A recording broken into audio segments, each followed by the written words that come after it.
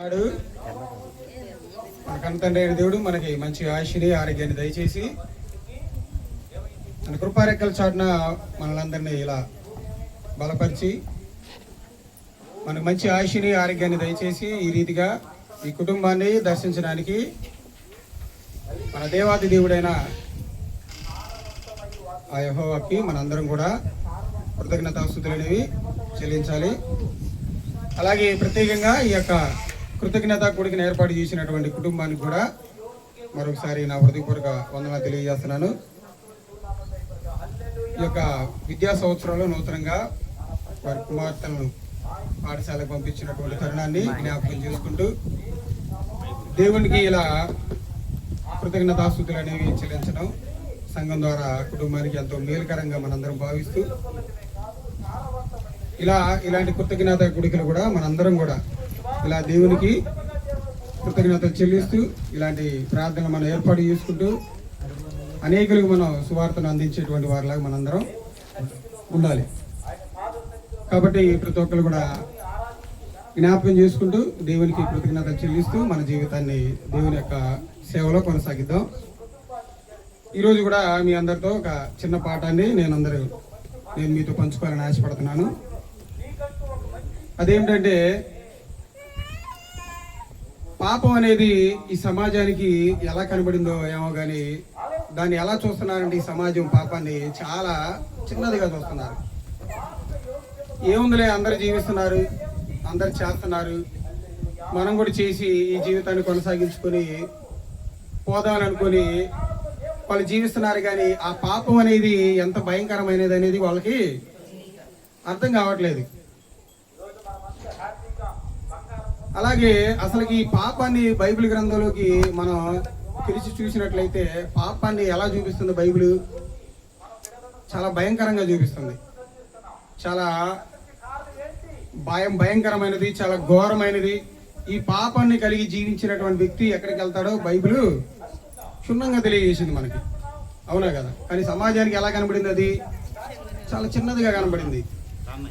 కానీ బైబిల్ని తెరిచి చూస్తే ఏం కనబడిందంటే, బైబిల్లో పాపం అనేది చాలా గొప్పగా, చాలా పెద్దదిగా కనబడింది.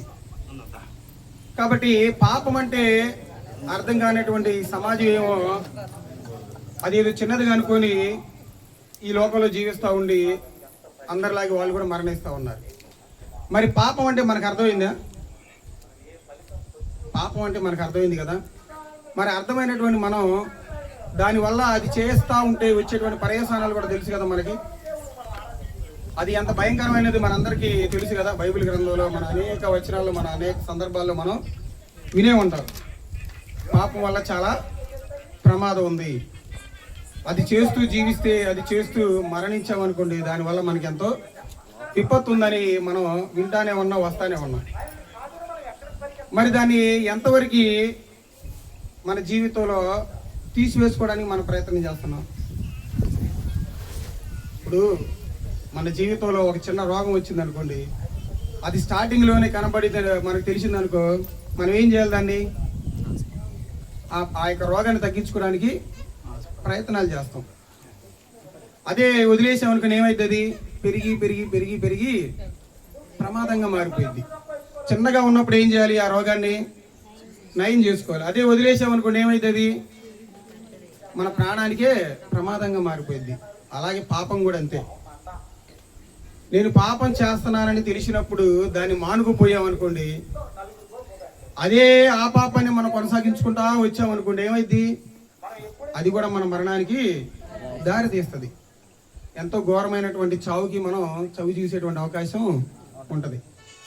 కాబట్టి బైబిల్లో ఉన్నటువంటి కొన్ని వచనాలు ఏమని చెప్తున్నాయి అంటే, ఎవరైతే క్రైస్తవులుగా పిలబడుతున్నారో, ఎవరైతే యేసుక్రీస్తు రక్తం ద్వారా కడగబడి సంఘంలో కొనసాగుతున్నారో వాళ్ళందరూ కూడా ఒక దాని మీద పోరాటం చేయాలని చెప్తుంది. దేని మీద చేయాలో తెలుసా? క్రైస్తవులందరూ కూడా పాపం మీద పోరాటం చేయాలి. మన పోరాటం మనుషులతో కాదు. మన యుద్ధం అనేది మనుషులతో కాదు. దేనితో పోరాటం చేయాలి? మనం పాపంతో పోరాటం చేయాలి. కానీ లోకానికి ఈ పాపంతో పోరాటం చేయాలని తెలియదు. ఇలా తెలియకపోవటాన్ని బట్టి వాళ్ళ జీవిత లక్ష్యంగా ఏమనుకున్నారో తెలుసా? డబ్బు సంపాదించుకుందామనిలే, ఐశ్వర్యం సంపాదించుకుందామండి, పెద్ద పేరు సంపాదించుకుందామని ఇలాంటి ప్రయత్నంలో వాళ్ళు ఎన్నో రకాలైన పాపాలు చేస్తూ వాళ్ళ జీవితాన్ని ముగించుకుంటున్నారు. కానీ మనం ఏం చేయాలో తెలుసా? ఇవన్నీ సంపాదించుకున్న వాళ్ళు చనిపోయిన తర్వాత వాళ్ళు ఏం సాధిస్తారు? ఏం సాధించరు, నరకమే. కానీ మనం ఈ పాపాన్ని మీద పోరాటం చేసి దాన్ని జయించామనుకోండి, దేవుడు మనకేమిస్తామంటున్నాడు? మనందరూ తెలిసి ఏమిస్తామంటున్నాడు అంటే మనకేమొస్తుంది? పరలోకం వస్తుంది, నిత్య జీవం వస్తుంది మనకి. అందుకనే పౌలు గారు హెబ్రీయులకు రాసిన పత్రికలో మాట అంటాడు చూడండి.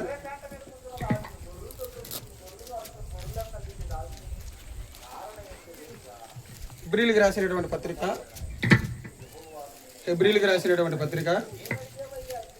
12వ అధ్యాయం. హెబ్రీయులకు రాసినటువంటి పత్రిక 12వ అధ్యాయం 4వ వచనం చదవండి ఒకసారి.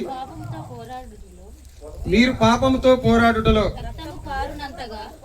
రక్తము కారునంతగా ఇంకా దానిని ఎదిరింపలేదంట. అంటే ఎదిరింపలేదంటే ఏంది?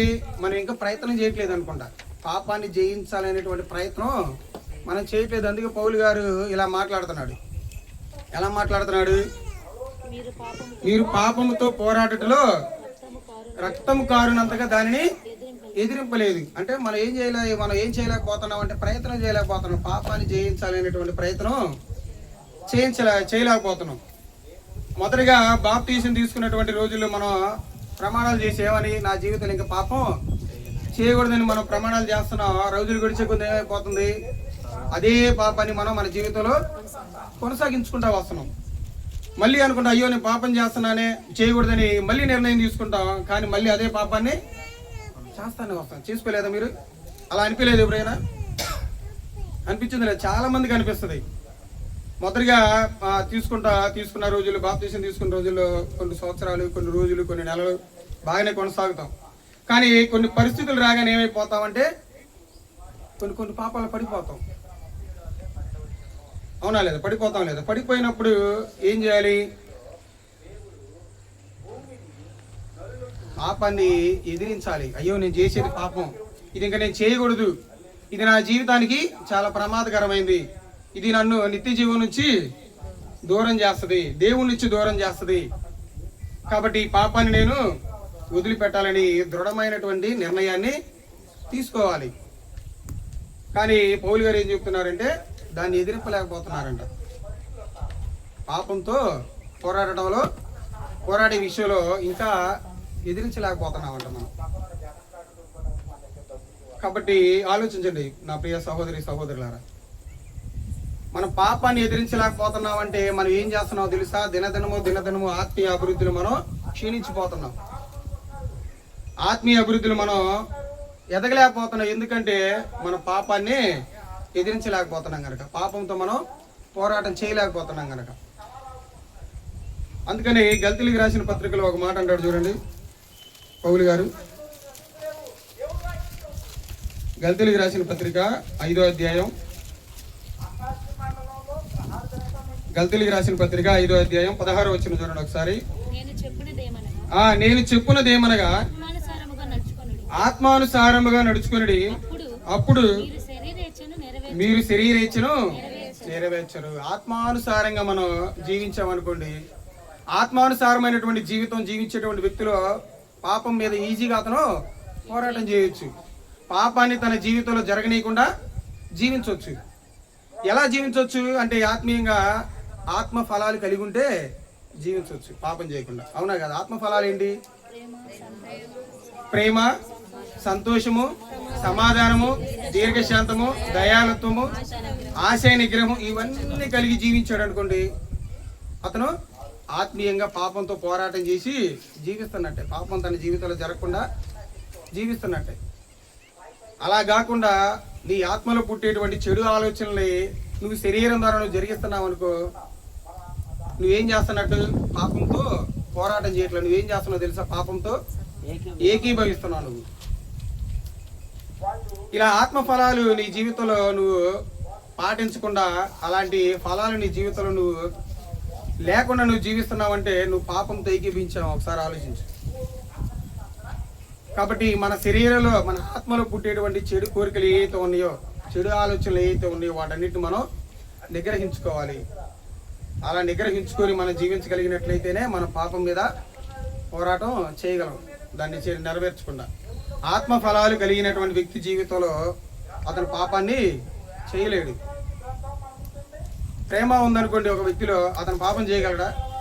అందరి మీద ఏం చూపించుకుంటా పోతాడు? అతను ప్రేమను చూపించుకుంటా పోతాడు. దీర్ఘశాంతం ఉందనుకోండి, దీర్ఘశాంతం, ఆ దీర్ఘశాంతం కలిగినటువంటి వ్యక్తిలో పాపం జరిగించాలనే ఆలోచన వచ్చిందా? రాదు.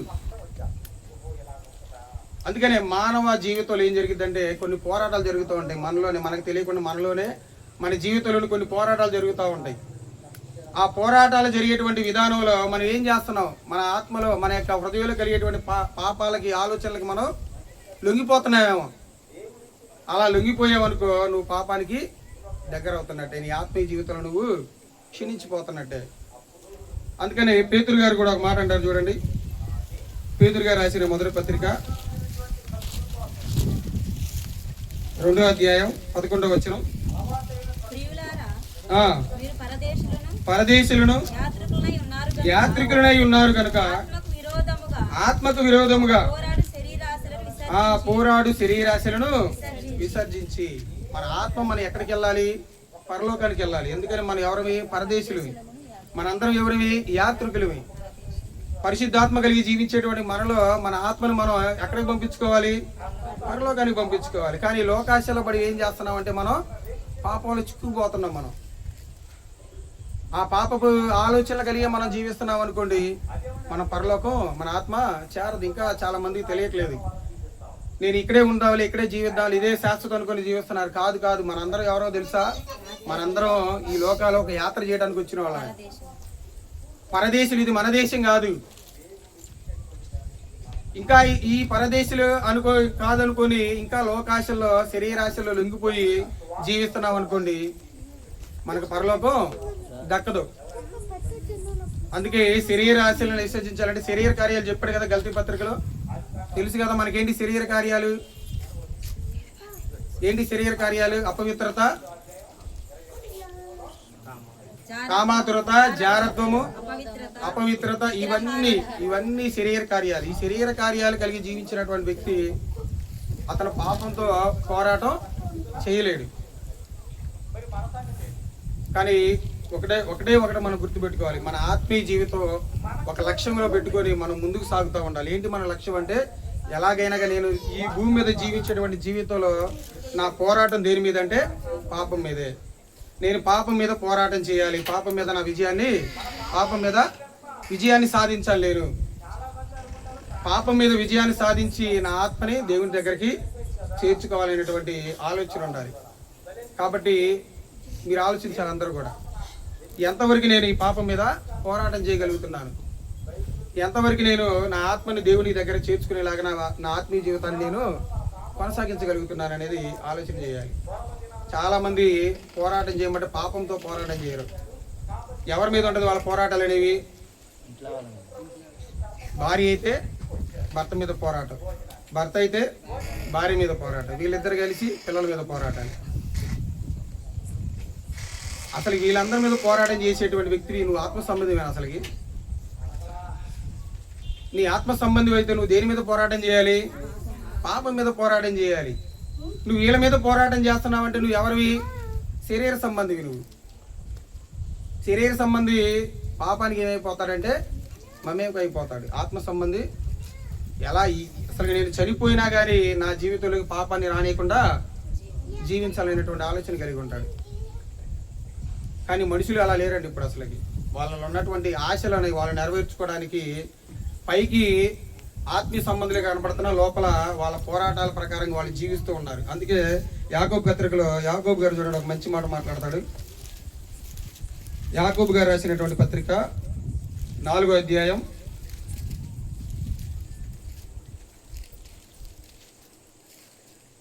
4వ అధ్యాయం మొదటి 2 వచనాలు చదవండి. మీలో యుద్ధములను పోరాటములను దేని నుండి కలుగుచున్నవి? మీ అవయములలో పోరాడు మీ సుఖభోగాలను నెరవేర్చుకోవడానికేగా. ఈ యుద్ధాలు అనేవి, పోరాటాలు అనేవి. ఆత్మీయ అభివృద్ధి మీద పోరాటాలు లేదు, శరీరాశల మీద, శరీర సుఖాల మీద పోరాటాలు ఎక్కువైతే ఇప్పుడు ఉన్నటువంటి మనుషులందరికీ కూడా. ఆత్మీయ జీవితంలో మెరుగుపరచుకోవాలనే పోరాటం ఏముంది? ఎవరు ప్రయత్నం చేస్తున్నారు? ఎవరు కూడా చేయట్లేదు. అందరికీ అసూయ, అందరికీ ద్వేషం, అందరికీ కలహాలు, వీటి మీద పోరాటం చేయాలనే, ఇతర వ్యక్తుల్ని అసూయ పెట్టి చూడటం, ఇతర వ్యక్తుల్లో కల్మషాలు వెతకటం, ఇదే పనిగా మారిపోతుంది. కానీ ఒక వ్యక్తి యొక్క జీవితం అనేది ఆత్మీయంగా నేను ఎలా ఎదగాలి, నేను ఎదగాలంటే దేని మీద నేను పోరాటం చేయాలనేది ఎవరికి అర్థం తెలియట్లేదు అసలుకి. అందుకే ఈ యొక్క భోగేచ్చల గురించి ఏముంటాయి మనుషుల యొక్క జీవితంలో భోగేచ్చలు అనేది కొరింథీయులకు రాసినటువంటి మొదటి పత్రిక 3:3 చెప్తాడు చూడండి.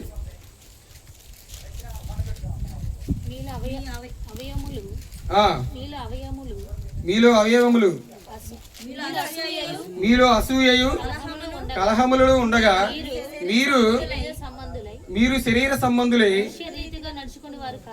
మనుష్య రీతిగా, అంటే మనుషుల్లో ఏ రీతిగా ప్రవర్తిస్తున్నారంట?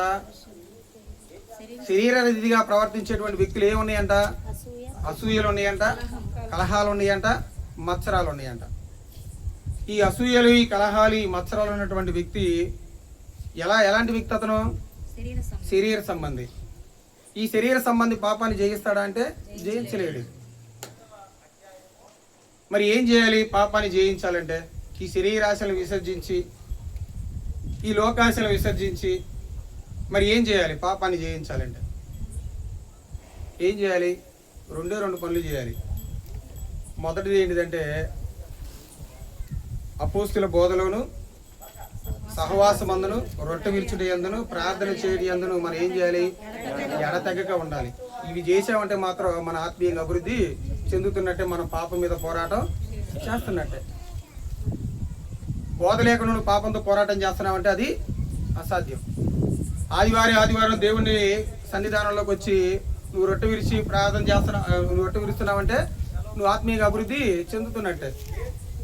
సహవాసం కలిగి ఉన్నావంటే నువ్వు ఆత్మీయంగా అభివృద్ధి చెందుతున్నట్టు. అప్పుడు నీ జీవితంలో పాపం కనబడిద్దా అంటే లేదు. అలాగే సహవాసంలో కూడా ఉండాలి. సహవాసం, సంఘంలో ఉన్నటువంటి సహోదరుల మధ్య సహవాసం అనేది దూరం అయిందంటే మాత్రం కన్ఫామ్గా సాతాను గాడు దూరతాడు మీ యొక్క హృదయంలోకి. అనేకమైనటువంటి దుష్ట కార్యాలకి నిలయంగా ఉన్నటువంటి ఆ సాతాను గడు ఏం చేస్తారంటే మీలోకి వచ్చారంటే మీరు ఆత్మీయంగా అభివృద్ధి చెందలేరు, మీరు పాపంతో పోరాటం చేయలేరు. అలాగే ప్రార్థన కూడా ఒక విశ్వాసికి చాలా చాలా ముఖ్యం, చాలా ఆధారమైనది భక్తి జీవితానికి ప్రార్థన అనేది కూడా. చాలా మంది నిర్లక్ష్యం చేస్తూ ఉంటారు ప్రార్థనని. ఏముందిలే ఆ ప్రార్థన, ఇప్పుడు దాకా వాక్యం ఉన్నాం కదా, ఇప్పుడు దాకా వాక్యం చదువుకున్నాం కదా అని ఆ ప్రార్థన కూడా నిర్లక్ష్యం చేసే వాళ్ళు ఉంటారు. ఈ ప్రార్థన నిర్లక్ష్యం చేసినా కానీ నువ్వు దేవునికి దూరం అయిపోతావు, పాపానికి దగ్గర అయిపోతావు. అందుకని ఒక విశ్వాసి పాపంతో పోరాటం చేయాలంటే ఈ 4 ఉండాలి. మొదటిగా అపోస్తుల బోధ ఉండాలి, అతని జీవితంలో సహవాసం ఉండాలి, ప్రతి ఆదివారం వచ్చి దేవుని సన్నిధానంలో రొట్టె విర్చాలి, అలాగే ప్రార్థన చేయాలి. అలాగే ఈ పాపాన్ని ఎదిరించాలంటే రెండోది కూడా ఉంది. ఏంటిదో తెలుసా? అది ఎఫెసీయులకు రాసిన పత్రిక చేయండి ఒకసారి. ఎఫెసీయులకు రాసిన పత్రిక 6వ అధ్యాయం 12వ వచనం చదవండి ఒకసారి. మనము పోరాడునది శరీరాలతో కాదు గాని ప్రధానులతోను, అధికారులతోను, ప్రస్తుత అంధకార సంబంధులకు, లోకనాథులతోను, ఆకాశ మండలమందున్న దురాత్మల సమూహములతోనూ పోరాడుచున్నాము. అందుచేతను మీరు ఆపద్దినమందు వానిని ఎదిరించుటకును నిలవబడుటకును శక్తిమంతులగుటకును దేవుడిచ్చినటువంటి సర్వాంగ కవచాన్ని. పాపంతో పోరాటం చేయాలంటే మనం ఏం ధరించాలి? దేవుడిచ్చినటువంటి సర్వాంగ కవచాన్ని మనం ధరించాలి. ఆ సర్వాంగ కవచాన్ని ధరించినటువంటి వ్యక్తి పాపాన్ని జయించగలడంటే కన్ఫామ్గా జయించగలడు. ఎందుకంటే అలా ధరించినటువంటి వ్యక్తి అతను ఒక లక్ష్యంగా ఒక దాన్ని లక్ష్యంగా పెట్టుకుంటాడు. దేన్ని జయించాలని? పాపాన్ని జయించాలని. ఇప్పుడు సైన్యంలో చేరినటువంటి సైనికుడు ఎలా ఉంటాడండి? తన ప్రాణాలు సైతం ఇవ్వడానికైనా కానీ సిద్ధపడి దిగుతాడు. అయినా మనం కూడా అంతే, మన ఆత్మీయ జీవితంలో మనం కూడా ఒక సైన్యంలో చేరాం. ఆ సైన్యంలో చేరేటువంటి మనం కూడా ఎలా ఉండాలో తెలుసా? వాళ్ళైతే దేశం కోసం ప్రాణాలు ఇస్తారు. మనం అయితే మన రక్షణను కొనసాగించడానికి, పరలోకం చేరడానికి పాపాన్ని విషయంలో మనం చాలా జాగ్రత్తగా ఉండాలి. పాపాన్ని చేసేటువంటి వ్యక్తులుగా ఉండకూడదు. మన ప్రాణం పోయినా కానీ పాపాన్ని చేయకూడదు. అదే మీరు మనందరం గుర్తుపెట్టుకోవాల్సింది. మన ప్రాణాలు పోయేటువంటి అవకాశం వచ్చినా కానీ, ఆ పరిస్థితులు ఎదుర్కొన్నా కానీ మనం పాపాన్ని చేయకూడదు. ఈ యొక్క రక్షణ శిరస్నానాన్ని ధరించినటువంటి వ్యక్తి పాపాన్ని చేయలేడు. ఆ యొక్క శిరస్నానాలు ఏం ధరించారని కింద చెప్పుకుంటా వస్తాడు. అవన్నీ ధరించుకున్నటువంటి వ్యక్తి ఆ జీవితంలో పాపం జరిగిద్దంటే జరగదు. ఇప్పుడు ఒక వ్యక్తి సైన్యంలో పనిచేస్తున్నటువంటి వ్యక్తి ఇవన్నీ ధరించుకొని పోయి యుద్ధం చేస్తున్నాడు. అతనికి గాయాలు అవడం చాలా తక్కువ. అతను తన ప్రాణాలని కాపాడుకోగలడు. మనం కూడా ఇవన్నీ ధరించుకొని లోకంలో జీవిస్తున్నాం అనుకోండి, మన పాపం అంటుకుంటుందా? కరోనా కూడా అంటుకోదు. చాలా జాగ్రత్తలు తీసుకుని మనం బయటికి వెళ్ళామనుకోండి, కరోనా కూడా అంటుకోదు. అలాగే ఇవన్నీ ధరించుకొని మనం బయటికి వెళ్ళామనుకోండి, పాపం మీద మనం ఈజీగా మన యొక్క జయాన్ని సాధించవచ్చు.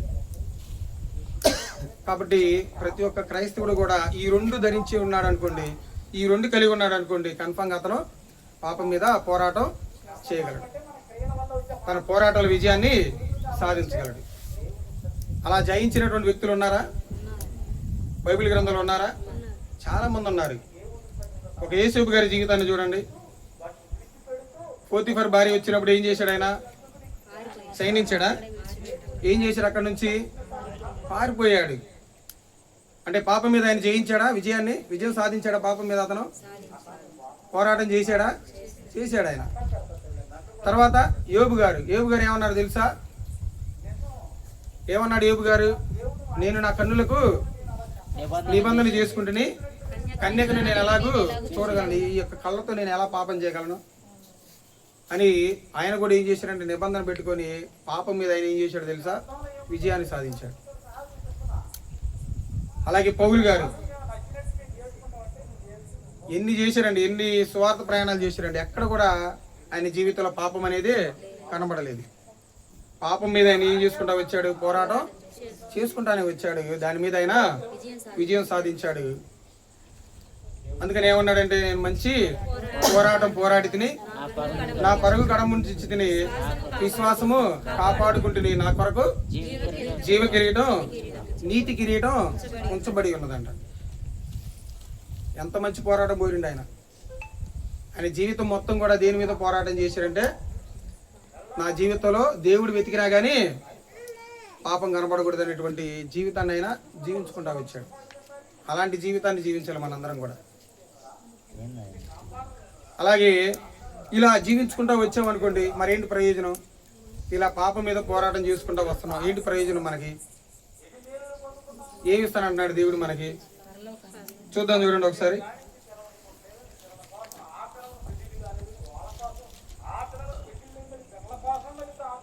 కొరింథీయులకు రాసినటువంటి మొదటి పత్రిక 9వ అధ్యాయం 25వ వచనం. పందెమందు పోరాడు ప్రతివాడు అన్ని విషయములందు మితముగా ఉండును, వారు క్షేమకు కిరీటమును పొందుటకును మనమైతే ఇది మనందరికీ తెలుసు కదా. చాలా మంది వారి జీవిత లక్ష్యంలో నేను ఆ స్థాయికి వెళ్ళాలి, ఈ స్థాయికి వెళ్ళాలి, నేను ఒక ప్రపంచంలో ఒక మంచి రన్నర్ అవ్వాలి, మంచి అథ్లెట్ అవ్వాలని రకరకాల ప్రాక్టీసులు చేసి వాళ్ళ యొక్క జీవనాన్ని వాళ్ళు కొనసాగిస్తూ ఉంటారు. వాళ్ళు సాధించేది ఏంటిది? అది క్షయమైంది. అది ఎప్పటికైనా కానీ పాడైపోయేది. కానీ ఇదే మన పందెపు రంగం ఏంటిదంటే, ఇదే మన ఆత్మీయ జీవితం, మన పందెపు రంగం. ఈ ఆత్మీయ జీవితంలో ఎన్నో పోరాటాలు వస్తాయి, ఎన్నో ఇబ్బందులు వస్తాయి, ఎన్నో ఇరుకులు వస్తాయి, ఎన్నో శ్రమలు వస్తాయి, ఎన్నో బాధలు వస్తాయి. ఏదో ఒక రకంగా ఏ సైడ్ నుంచైనా కానీ మనల్ని పాపంలోకి దించాలని శాయశక్తుల సాతాను ప్రయత్నం చేస్తూనే ఉంటుంది. వాటిని మనందరం జయించుకుంటా రావాలి. ఎందుకంటే దేవుడు మనకేం ఇస్తామంటున్నాడు? అక్షయమగు కిరీటాన్ని ఇస్తున్నాడు. మనం అవన్నీ సాధించుకోవాలంటే మనం ఎలా ఉండాలి? ఇక్కడ మరి మనం పాపం మీద పోరాటం చేస్తున్నావా? ఆనాడు పాపం మీద పోరాటం చేసినటువంటి వ్యక్తులకి దేవుడు జీవ కిరీటాన్ని ఇచ్చాడు. మరి అలాగే మనం కూడా జీవిస్తే మనం కూడా ఎక్కడికి వెళ్తాం? అక్షయముఖి కిరీటాన్ని ధరించుకోవాలని లేదా మనందరికీ? మన ఇంత దాకా చేస్తుంది ఎందుకు? ఈ సేవ చేస్తుంది ఎందుకు?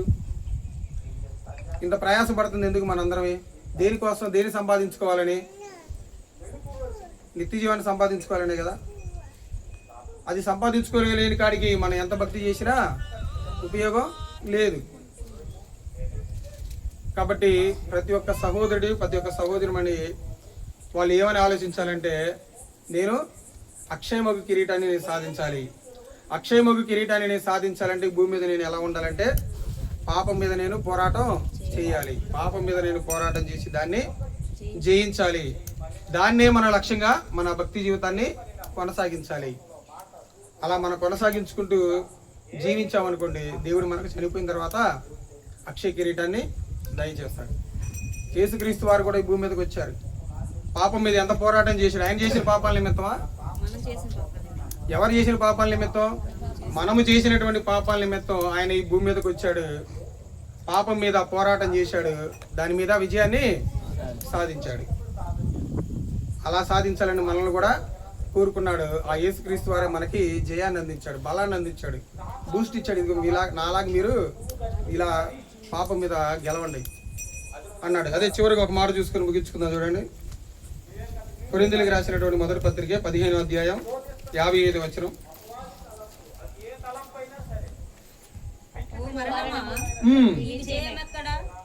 ఓ మరణమా నీ విజయం ఎక్కడా?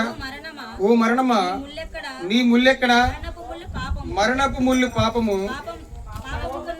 పాపమునకు ఉన్న బలము ధర్మశాస్త్రమే. అయినను మన ప్రభు అయిన యేసుక్రీస్తు మూలముగా మనకు జయము అనుగ్రహించుచున్నా దేవునికి స్తోత్రం కలుగును గాక. అంటే యేసుక్రీస్తు ద్వారా మనకి పాపం నుండి వచ్చింది, జయం వచ్చింది. మరి జయాన్ని పొందుకున్నటువంటి మనల్ని కూడా ఎలా ఉన్నాడంటే, దీని మీద మీరు పోరాటం చేయండి. దీని మీద పోరాటం చేస్తే కానీ మీరు అక్షయముఖి కిరీటాన్ని మీరు గెలుచుకోలేదు. మరి ఎంతమంది పోరాటం చేస్తున్నారు దాని మీద? పాపం మీద ఎంతమంది పోరాటం చేస్తున్నారు? మరి పాపం మీద పోరాటం చేసినటువంటి వ్యక్తి తాను చనిపోయిన తర్వాత ఎక్కడ వెళ్తాడు? పరలోకానికి వెళ్తాడు, నిత్య జీవాన్ని సొంతం చేసుకుంటాడు. మరి ఎంతమంది పోరాటం చేస్తున్నారు ఒకసారి జ్ఞాపకం చేసుకోండి. ఈ లోకంలో నువ్వు డబ్బు మీద పోరాటం చేసావా? అది నువ్వు బ్రతుకున్నంత వరకే. పెద్ద పేరు కోసం నువ్వు ప్రయత్నం చేస్తున్నావా? అది నీరు ఈ యొక్క భూమి మీద నివసించినంత వరకే. ఐశ్వర్యం కోసం నువ్వు పోరాటం చేస్తున్నావా? అది నీ భూమి మీద నివసించినంత వరకే. చనిపోయిన తర్వాత నిత్య నరకం అంటున్నాడు దేవుడు. కానీ ఎవరైతే పాపం మీద పోరాటం చేస్తారో వాళ్ళకి దేవుడు నిత్య జీవం అన్నాడు. ప్రతి ఒక్కరు కూడా మన ఆత్మీయ జీవితంలో పాపం మీద పోరాటం చేయాలి. మనం పాపం మీద పోరాటాన్ని చేసి దేవుడు ఇచ్చేటువంటి అక్షయ కిరీటాన్ని మనందరం ధరించుకోవాలని మనస్ఫూర్తిగా కోరుకుంటూ నా మాటలు ముగిస్తున్నాను. మీ అందరికీ నా హృదయపూర్వకంగా. వాతావరణం బాగలేదు కదా, అందుకని